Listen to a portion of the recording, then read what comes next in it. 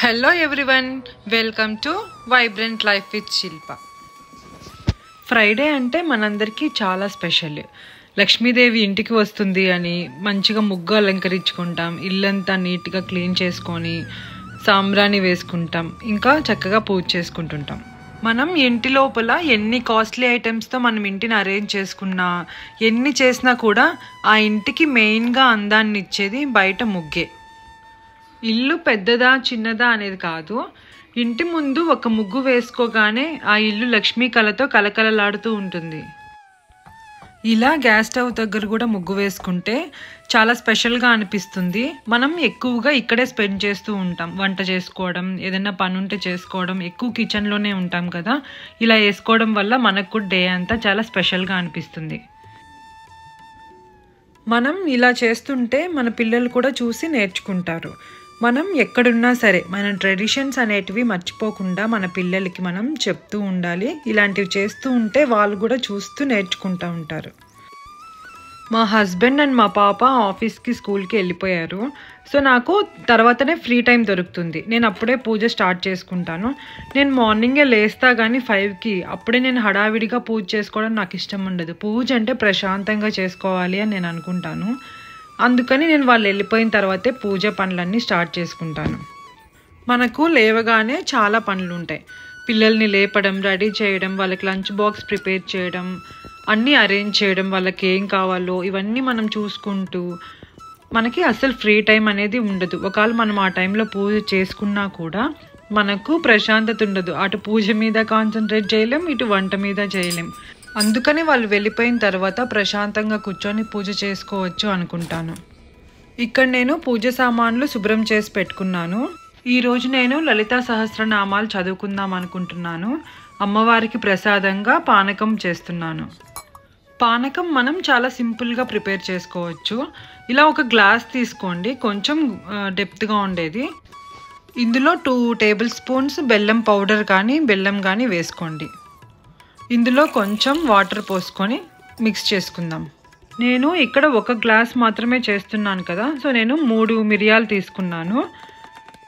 ఒక ఏలక్కాయ తీసుకొని దంచుకొని పొడి చేసుకొని మనం పానకంలో మిక్స్ చేసుకోవాలి. పానకం చాలా త్వరగా రెడీ అయిపోతుంది. అమ్మవారికి పానకం చాలా ఇష్టం. నాకు కుదిరినప్పుడు బెల్లం పొంగల్ చేస్తుంటాను, అదే పరమాన్నం అంటారు కదా. లేదు అంటే ఇలా పానకం చేసుకొని పెడుతుంటాను. పూజ అయిపోయాక ఈ పానకం మన ఇంట్లో వాళ్ళకి కూడా ఇవ్వచ్చు. ఇది చాలా మంచిది, బాడీలో హీట్ని బాగా తగ్గిస్తుంది. మనకు ఉన్న వాటితోనే ఏదైతే అందుబాటులో ఉంటుందో వాటితోనే మనం పూజ చేసుకోవచ్చు. మన దగ్గర లేనిది అది ఉంటే బాగుంటుంది అని అనుకుంటూ పూజ చేసినా కూడా ప్రశాంతత అనేది ఉండదు. అసలు మనం పూజ చేసుకునేదే ప్రశాంతత కోసం. ఇంకా అది లేదు ఇది లేదు అనుకుంటూ ఉంటే మనం ప్రశాంతంగా పూజ అనేది చేసుకోలేం.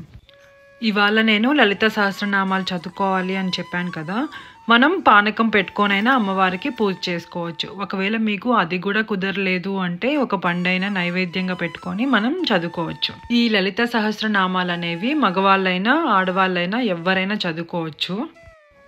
చాలామంది లలిత సహస్రనామాలు చదవడానికి కష్టం, తప్పులు చదవకూడదు అని చదవడానికి భయపడుతుంటారు. అలా ఏం లేదండి. ఎలాగైనా నేను చదవాలి అని మీరు గట్టిగా అనుకొని కూర్చొని నేర్చుకున్నారు అంటే చాలా ఈజీగా చదివేయగలరు. ఒక్కసారి మీరు అమ్మవారి మీద నమ్మకం ఉంచి చదవడం స్టార్ట్ చేశారు అంటే మీ లైఫ్లో చాలా చేంజెస్ చూస్తారు. అంటే ఏంటి మా ప్రాబ్లమ్స్ అన్నీ పోతాయా అని అనుకోకండి. ఆ ప్రాబ్లమ్స్కి ఒక సొల్యూషన్ అయితే దొరుకుతుంది.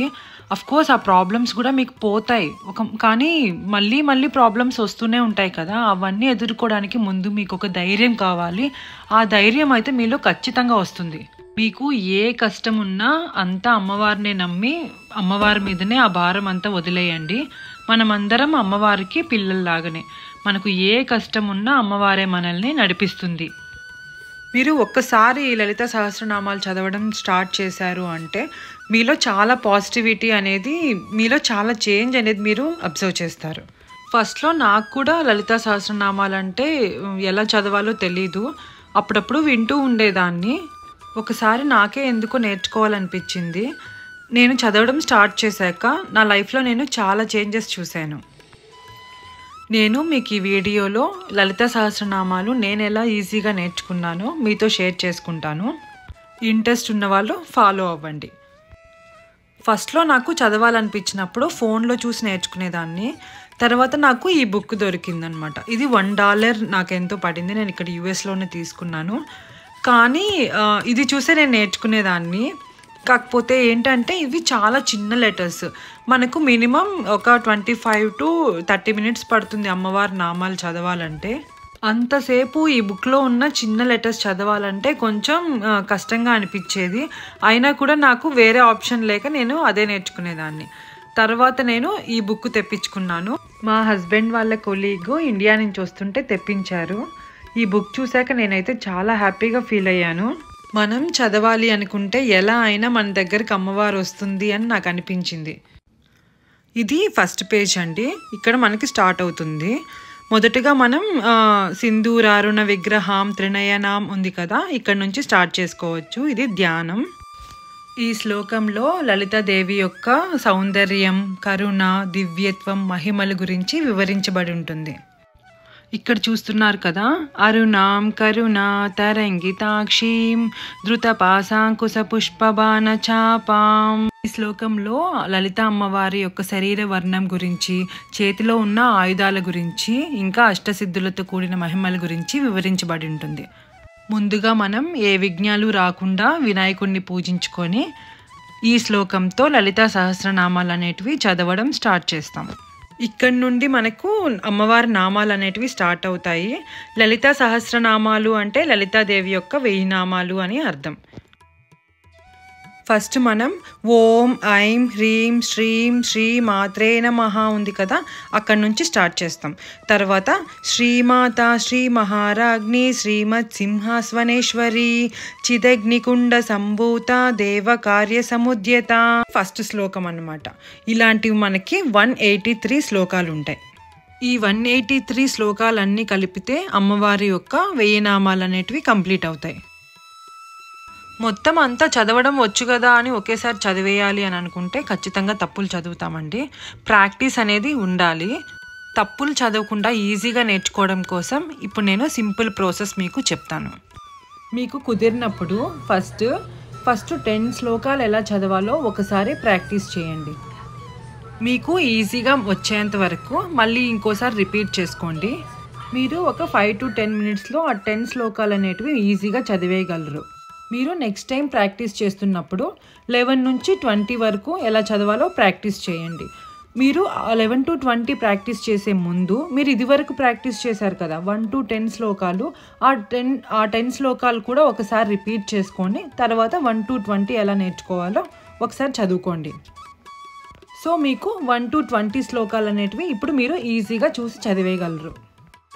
సేమ్ ఇదే ప్రాసెస్లో నెక్స్ట్ టైం 21 నుంచి 30 నేర్చుకోండి. లేదు మాకు ఇంకా టైం ఉంది, మాకు ఇంట్రెస్ట్ ఉంది, త్వరగా నేర్చుకోవాలి అనుకుంటే 20 to 40 అలా అయినా మీరు చదువుకోవచ్చు. కానీ నెక్స్ట్ టైం మీరు ఏదైతే చదువుతున్నారో ముందు నేర్చుకున్నటివి ఒకసారి రిపీట్ చేసుకోవడం మాత్రం మర్చిపోవద్దు. ఆ ఫ్లో అనేది మీకు ఈజీగా రావాలి.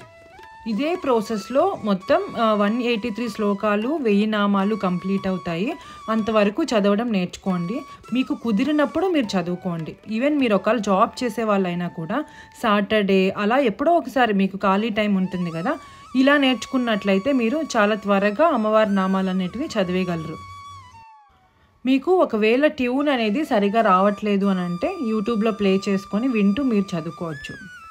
ఇప్పుడు మనకి ఒక డౌట్ వస్తుంది, ఎక్కడ ఆపాలి, ఎక్కడ స్టార్ట్ చేయాలి, అంతా కలిపి చదివేస్తే నామాల మీనింగ్ మారిపోతుందేమో అని మనకి డౌట్ వస్తుంది కదా. సో అలాంటప్పుడు ఏంటంటే మొత్తం లైన్ అంతా ఒకేసారి కలిపి చదివేసేయండి. ఫర్ ఎగ్జాంపుల్ కురువింద మణిశ్రేణి కనత్ కోటీరమండిత మొత్తం కలిపి ఒకే లైన్గా చదివారు అంటే మీరు ఎక్కడ స్టాప్ చేయడం కానీ ఇలా మనకి నామాల మీనింగ్ అనేటివి మారిపోకుండా ఉంటాయి.